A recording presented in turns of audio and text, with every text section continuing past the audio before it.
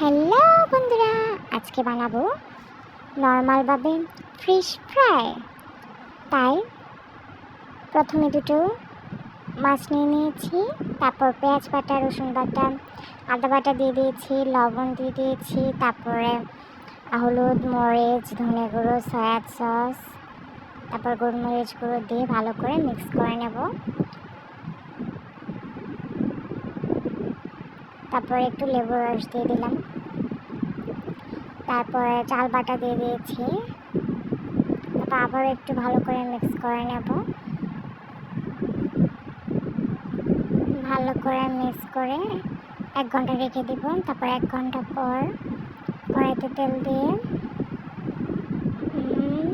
মাছগুলো এখন ভেজে নেব ভালো করে, লাল লাল করে। এই নর্মালভাবে ফিশ ফ্রাইটা খেতে খুবই দারুণ লাগে।